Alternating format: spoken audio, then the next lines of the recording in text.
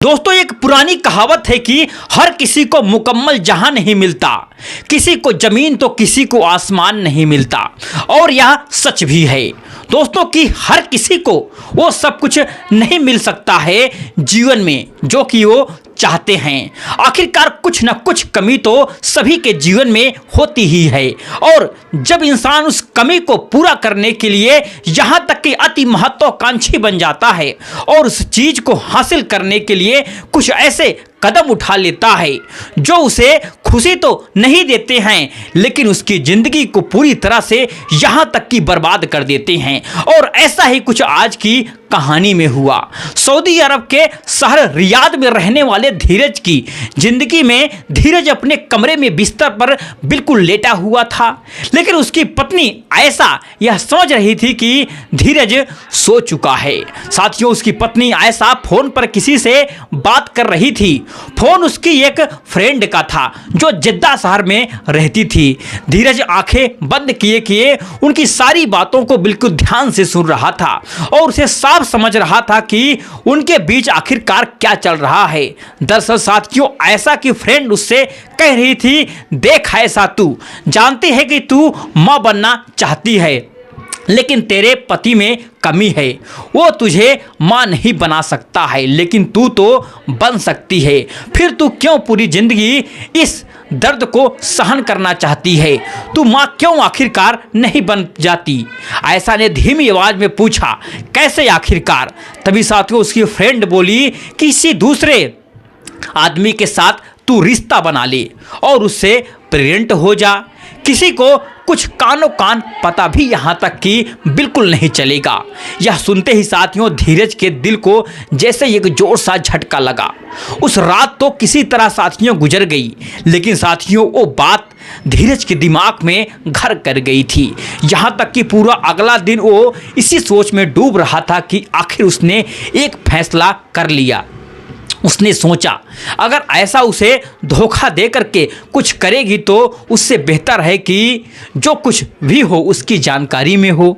और उसने साथियों ठान लिया कि वह खुद एक ऐसा आदमी ढूंढेगा जो आयशा को आखिरकार मां बना सके। और यह सब साथियों इतना गोपनीय होगा कि किसी को कानों कान पता भी नहीं चलेगा। साथियों, धीरज ने आयशा से इस बारे में कोई बात नहीं की।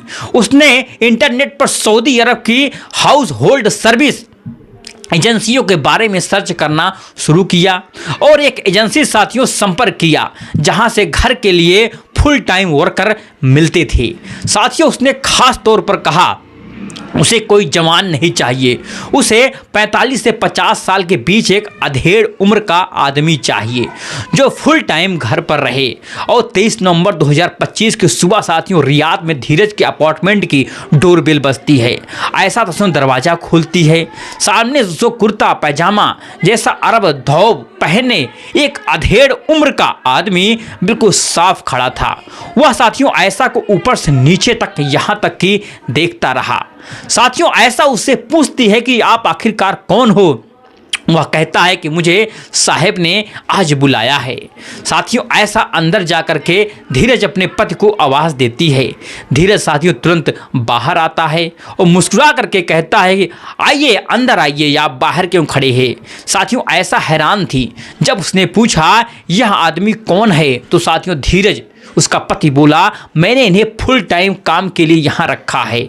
साथियों, आयशा बोली, लेकिन इसकी क्या जरूरत है? सुबह तो मेड आती ही हैं, हम दोनों दिन भर घर मर नहीं रहते हैं। धीरज साथियों बोला, तुम ऑफिस से थक जाती हो, मैं भी, अभी अंकल सब कुछ संभाल लेंगे। साथियों, आयशा उस वक्त चुप रह गई, लेकिन उसे साथियों यह फैसला बिल्कुल समझ में आखिरकार नहीं आ रहा था। साथियों, पति उसके धीरज ने कहा, तुम चाय बना करके लाओ। जैसे ही साथियों आयशा किचन में गई, साथियों उसी वक्त धीरज उस आदमी से धीमी आवाज़ से आखिरकार बोला, जो मैंने समझाया तुम समझ गए हो ना? साथियों बोला, समझ तो गए हूँ, लेकिन क्या आपकी पत्नी को यह पता है? साथियों धीरज बोला, उसे सब पता है और वह राजी है।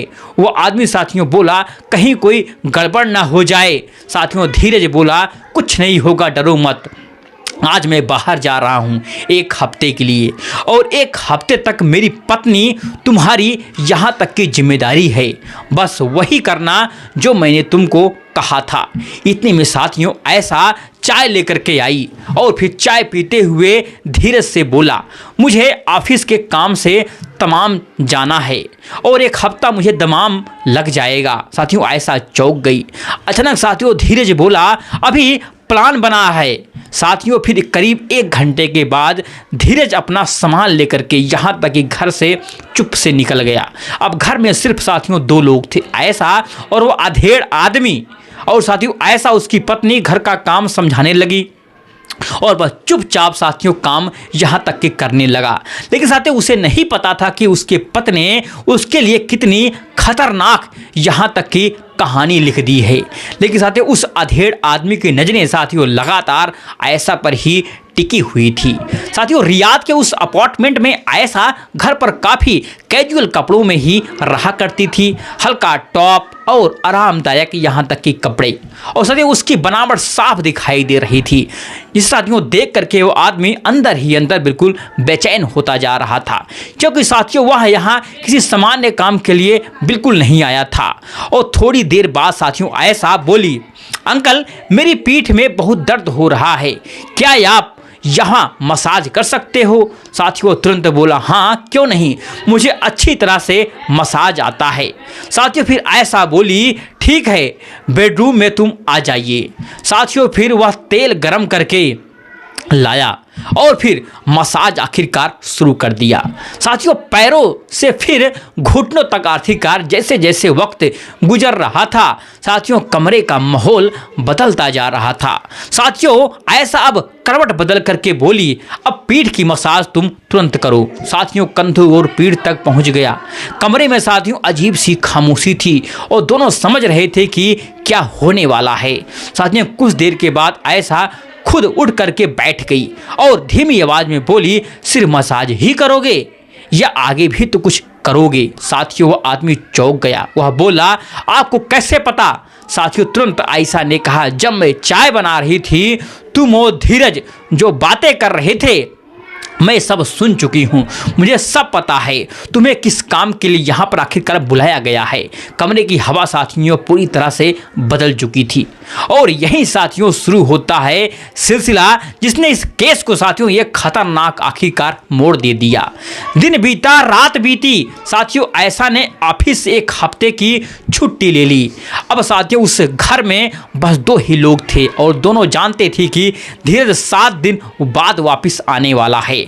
अगली सुबह साथियों मेड आई, उसने पूछा ये आदमी कौन है? साथियों आयशा ने बात टाल दी और गांव से रिश्तेदार आए हैं। मेड काम करके साथियों वहां से चली गई और साथियों उसके जाते ही फिर साथियों वही सिलसिला आखिरकार शुरू हो गया। दोस्तों फिर कई घंटों के बाद वह आदमी बोला, मैडम जी एक बात मैं कहूं, आपको बुरा ना लगे तो आपको तो माँ बनना है, लेकिन मैं उम्र दराज हूं।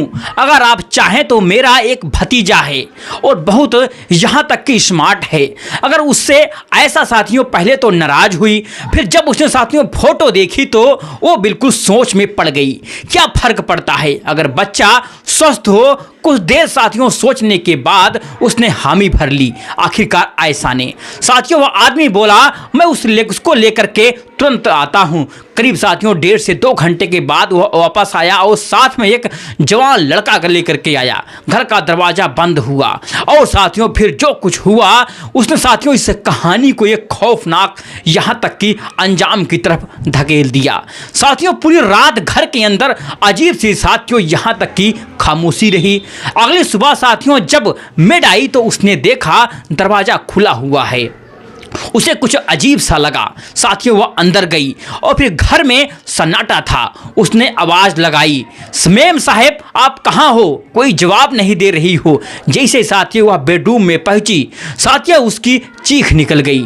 साथियों बेड पर गए, पत्नी आयशा बेसुध पड़ी थी, बिल्कुल निश्चल। जब उसने पास जाकर के देखा तो उसकी सांसें बंद हो चुकी थी। साथियों वह नौकरानी बिल्कुल घबरा जाती है, चीखती हुई यहाँ तक कि कमरे से बाहर भागती है। फिर उसकी आवाज़ सुन करके अपार्टमेंट के कुछ पड़ोसी की साथियों जमा आखिरकार हो जाते हैं। तुरंत साथियों धीरज को फ़ोन लगाया जाता है। उधर से साथियों धीरज फ़ोन उठाता है और जैसे ही साथियों उसे बताया जाता है कि उसके पैरों के तले ज़मीन खिसक जाती है, साथियों वह बिल्कुल घबरा करके कहता है कि मैं रास्ते में हूँ। तब तक साथियों पड़ोसियों ने रियाद पुलिस को भी यहाँ तक की सूचना दे दी थी। फिर कुछ ही देर में साथियों पुलिस और एम्बुलेंस दोनों साथियों मौके पर पहुँच जाते हैं और फिर पुलिस जब साथियों अंदर जा करके जाँच करती है तो साफ हो जाता है कि ऐसा अब इस दुनिया में नहीं रही। साथियों शव को पोस्टमार्टम के लिए भेज दिया जाता है और साथियों अब शुरू होती है इस केस की आखिरकार असली जांच पड़ताल। घर में साथियों हर चीज़ की तलाशी ली जाती है, यहाँ तक कि सबूत भी जुटाए जाते हैं। स्थिति देख करके साफ लग रहा था कि साथियों उसके साथ कुछ बेहद ही गलत हुआ है।